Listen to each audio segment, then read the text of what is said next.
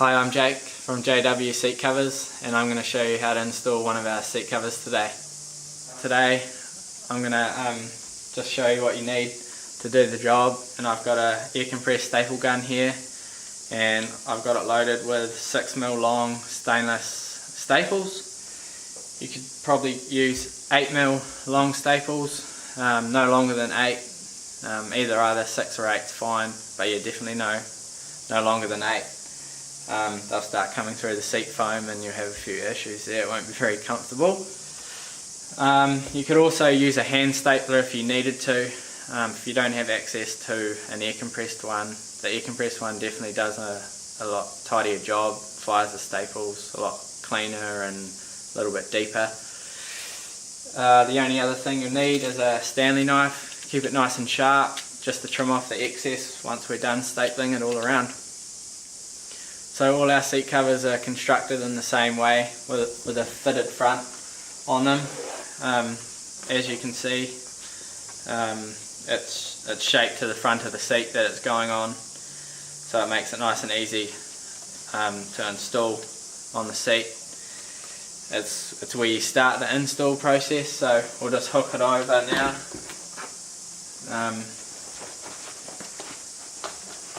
Get it right down into the corners, nice and tight,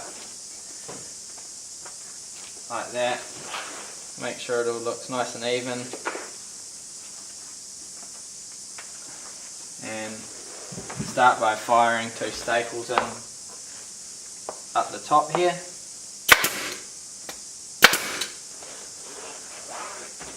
And that'll help it keep it nice and square when we do the next bit. So one thing we haven't talked about yet is how I've gone directly back to the foam here with this seat cover. I'm putting it straight over the top. I've taken the existing seat cover off, and that's because the existing seat cover on the seat had some slight ribs already on it, welded into the material, and you would actually see that through this material once it's pulled tight over that. If you've got a seat cover that's completely smooth, like a lot of standard ones are, I'd recommend going over the top of that. So don't take it off, just go straight over the top and install it just how we are now.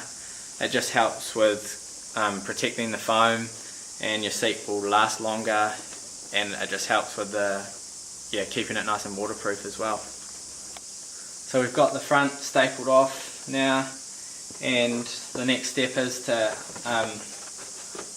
do the back, right at the back. So just pulling it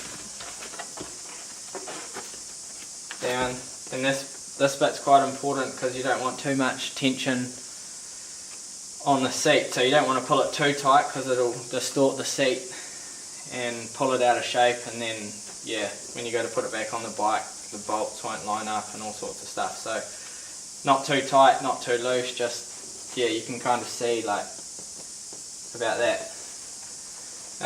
This seat's really good because it's got 2 lugs right in the same place at the back, so we can kind of line our stitching up with those and know that it's right in the centre without turning it over.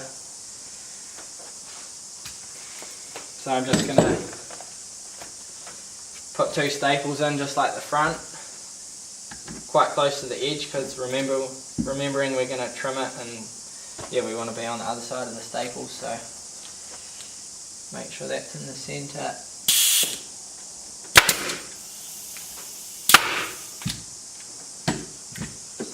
That there.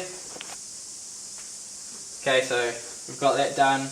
We're going to flip it over now, make sure it's all in line, which it is, and now we're going to go to about the middle of the seat, pull it down nice and tight on both sides,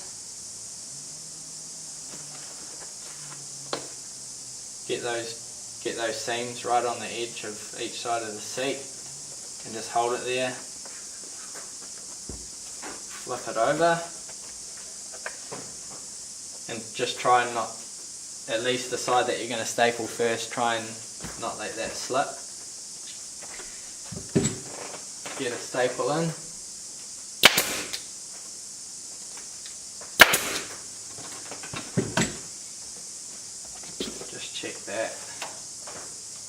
good. Do the same on the other side.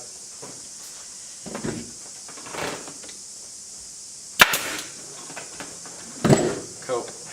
Check it again, because there's nothing worse than putting it all on and then realising it's all out of shape. So now we can, yeah, it's all looking straight, so we can keep working our way along now.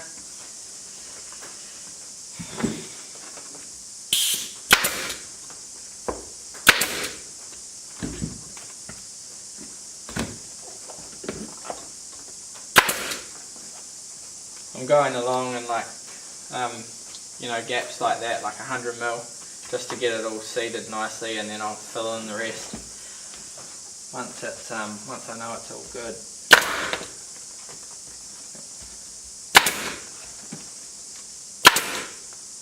Do this other side.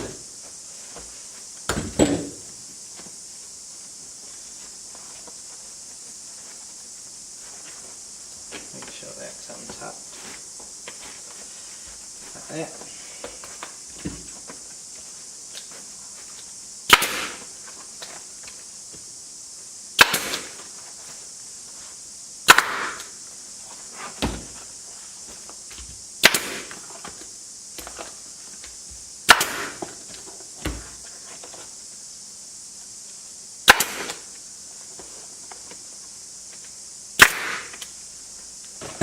So now I'm just going to go around and fill in all the bits in between where I've tacked it off. I know it's sitting all nice and straight now. So yeah, we can just go around. You probably want staples quite close together.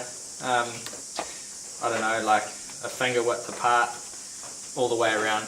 And yeah, make sure you get these corners sitting nice. They sit really nice anyway, but yeah, nice and tight around the corners.